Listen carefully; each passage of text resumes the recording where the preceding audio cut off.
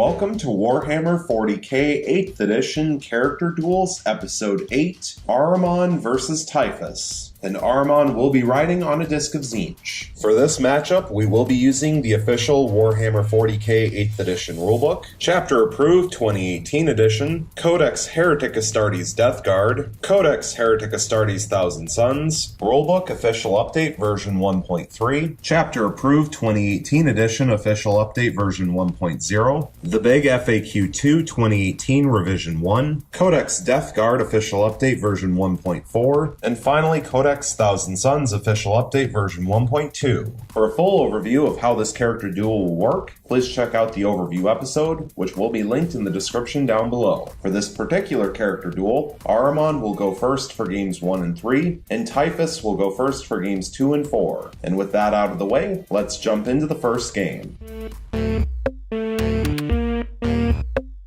Going into the movement phase, Ahriman will remain still. Going into the psychic phase, he will attempt to manifest Smite onto Typhus, and then he will attempt to manifest both Weaver of Fates and Diabolic Strength onto himself. Beginning with Smite, which has a warp charge value of 5. Rolling a 5 and a cocked dice. And here's the reroll of the cocked dice. Rolling a 6, adding 1 thanks to being an Arch Sorcerer of Tzeentch, so Smite will pass with the 12, which means Typhus will be unable to deny the Witch, and it will inflict d6 mortal wounds. And here's the d6 roll, getting a 3. 3 5 up disgustingly resilient rolls, passing 1, failing 2. So Typhus will fall from 6 starting wounds down to 4. Next will be Weaver of Fates, which has a warp charge value of 6, and it will pass with a 9 thanks to +1 from being an Arch Sorcerer of Tzeentch. And Typhus will use his 1 Deny the Witch test, which will fail with a 3. So Weaver of Fates will go off. So until the start of the next Ahriman psychic phase, the invulnerable save of Ahriman is improved by 1 to a maximum of 3 up. Finally, Diabolic Strength, which also has a warp charge value of 6, and that will pass with a 10 thanks to +1 from being an Arch Sorcerer of Tzeentch. So until the start of the next Ahriman psychic phase, add 2 to Ahriman's strength characteristic and 1 to his attack characteristic.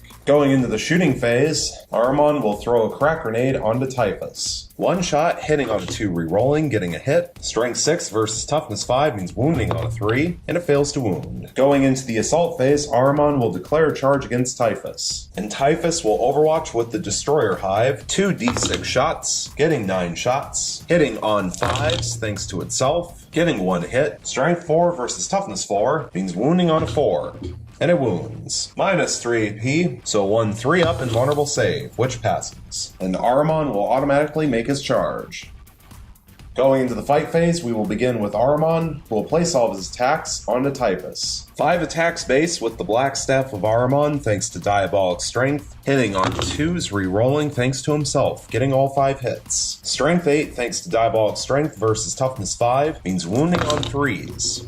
Getting 4 wounds. -1 AP, so 4 3 up armor saves. Passing 2 and failing 2, and they are 3 damage piece. So 6 5 up disgustingly resilient rolls, passing 1, failing 5. So Typhus will lose his final 4 wounds and be killed off.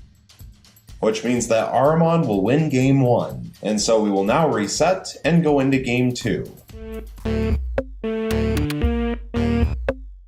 Going into the movement phase, Typhus will remain still. Going into the psychic phase, he will attempt to manifest both Blades of Putrefaction and Putrescent Vitality onto himself. Beginning with Blades of Putrefaction, which has a warp charge value of 5, and it will pass with an 11. However, Ahriman will attempt to deny the Witch, also rolling an 11 thanks to +1 from being an Arch Sorcerer of Tzeentch, so Blades of Putrefaction will be successfully manifested. So until the start of the next Typhus psychic phase, add 1 to all wound rolls made by Typhus in the fight phase. Furthermore, any wound rolls of 7 up made for Typhus in the fight phase with a melee plague weapon inflict a mortal wound on the target in addition to any normal damage. And finally, Putrescent Vitality, which has a warp charge value of 6, and it will pass with a 6. However, Ahriman will use his second Deny the Witch test, which will pass with an 8 thanks to +1 from being an Arch Sorcerer of Tzeentch, so Putrescent Vitality will not be successfully manifested. Going into the shooting phase, Typhus will fire the Destroyer Hive into Ahriman. 2 d6 shots, getting 9 shots, hitting on 2s,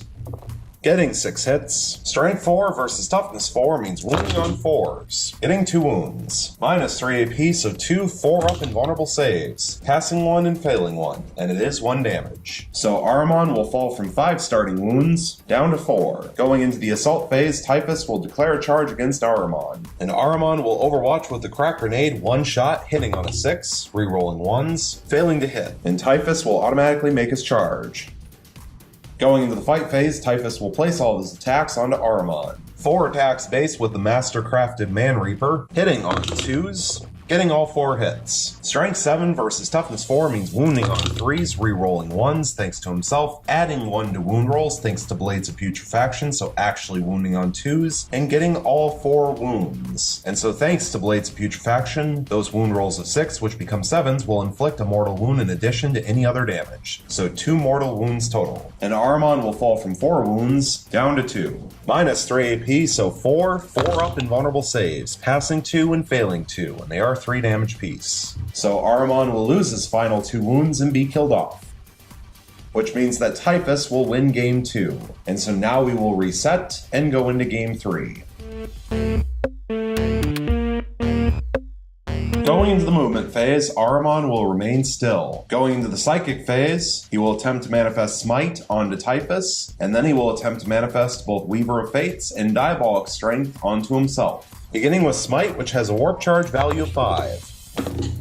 And it will pass with a 7, thanks to +1 from being an Arch Sorcerer of Tzeentch. And Typhus will use his 1 Deny the Witch test, which will fail with a 3, so it will go off. And it will inflict D3 mortal wounds, and it will inflict 3 mortal wounds. 3 5-up disgustingly resilient rolls, failing all 3. So Typhus will fall from 6 starting wounds down to 3 left. Now for Weaver of Fates, which has a warp charge value of 6, which will pass with a 10, thanks to +1 from being an Arch Sorcerer of Tzeentch. And finally, Diabolic Strength, which also has a warp charge value of 6, and that will pass with a 9, thanks to +1 from being an Arch Sorcerer of Tzeentch. Going into the shooting phase, Ahriman will throw a crack grenade onto Typhus. 1 shot, hitting on a 2 rerolling, getting a hit. Strength 6 versus Toughness 5 means wounding on a 3, and it fails to wound. Going into the assault phase, Ahriman will declare a charge against Typhus. And Typhus will overwatch with the Destroyer Hive, 2 D6 shots, getting 5 shots, hitting on 5s thanks to itself, getting 2 hits. Strength 4 versus Toughness 4 means wounding on 4s, getting 1 wound, minus 3 AP, so 1 3-up invulnerable save, which passes. And Ahriman will automatically make his charge.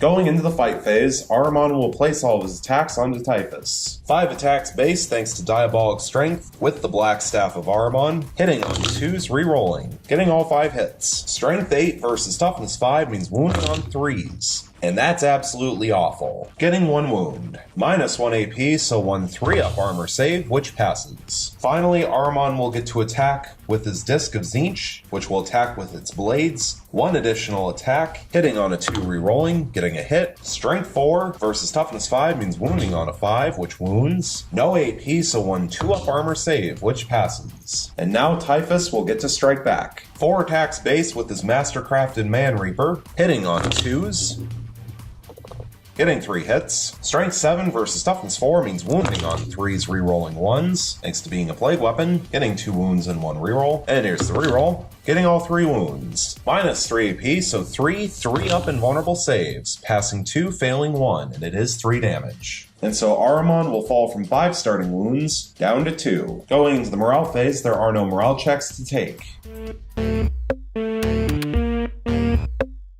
At the start of the turn, we first need to resolve Nurgle's Gift for Typhus. All Death Guard units within 7 inches of a friendly Lord of Contagion are surrounded by a deadly aura of plague and disease. Roll a die for each enemy unit that is within 1 inch of any affected friendly units at the start of your turn. On a 4-up, that enemy unit suffers a mortal wound. So we will need to roll for Ahriman. Rolling a die, looking for a 4-up, which will fail. Going into the movement phase, Typhus will remain locked in combat with Ahriman. Going into the psychic phase, Typhus will attempt to manifest both Blades of Putrefaction and Putrescent Vitality onto himself. Beginning with Blades of Putrefaction, which has a warp charge value of 5, and it will pass with a 5. So Ahriman will attempt to deny the Witch, which will pass with an 8, thanks to +1 from being an Arch-Sorcerer of Tzeentch, so Blades of Putrefaction will not be successfully manifested. Finally, Putrescent Vitality, which has a warp charge value of 6, and that will pass with an 11. And Ahriman will attempt to deny the Witch, which will fail with a 5, thanks to +1 from being an Arch-Sorcerer of Tzeentch. So Putrescent Vitality will be successfully manifested. Until the start of the next Typhus Psychic phase, add 1 to his strength and toughness characteristics. Going into the shooting phase, Typhus will fire the Destroyer Hive into Ahriman. 2d6 shots, getting 8 shots, hitting on 2s.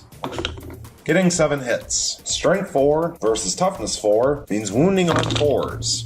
Getting 3 wounds. -3 AP, so 3 up invulnerable saves. Passing all 3. Going into the assault phase, Typhus is already locked in combat. So going into the fight phase, Typhus will place all of his attacks onto Ahriman. 4 attacks base with his Mastercrafted Man Reaper, hitting on 2s, getting all 4 hits. Strength 8 thanks to Putrescent Vitality versus Toughness 4 means wounding on 2s, rerolling 1s thanks to being a plague weapon, getting all 4 wounds. -3 AP, so 3 up invulnerable saves, passing 2 and failing 2, and they are 3 damage piece. So Ahriman will lose his final 2 wounds and be killed off, which means that Typhus will win Game 3, and so we will now reset and go into Game 4.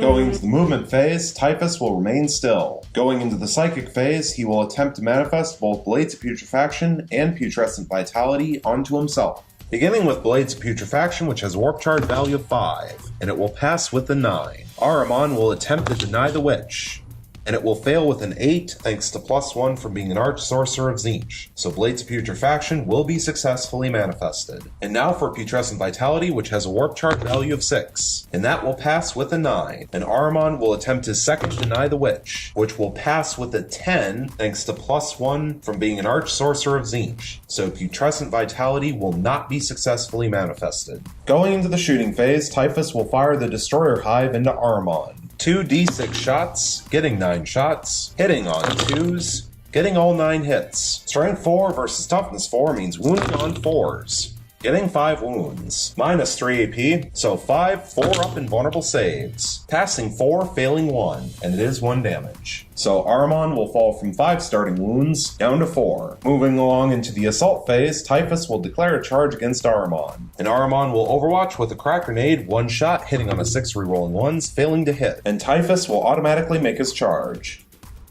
Going into the fight phase, Typhus will place all of his attacks onto Ahriman. 4 attacks base with his Mastercrafted Man Reaper, hitting on 2s, getting all 4 hits. Strength 7 versus Toughness 4 means wounding on 3s, rerolling 1s thanks to being a plague weapon, but also thanks to Blades of Putrefaction adding 1 to wound rolls, and so actually wounding on 2s. Also thanks to Blades of Putrefaction, the wound roll of a 6 becomes a 7, which inflicts a mortal wound in addition to normal damage. So 1 mortal wound will be inflicted. So Ahriman will fall from 4 wounds down to 3. And now for the 4 regular strikes, -3 AP, so 4 up invulnerable saves, passing 2 and failing 2, and they are 3 damage piece. So Ahriman will lose his final 3 wounds and be killed off, which means that Typhus will win Game 4, and this character duel is now over.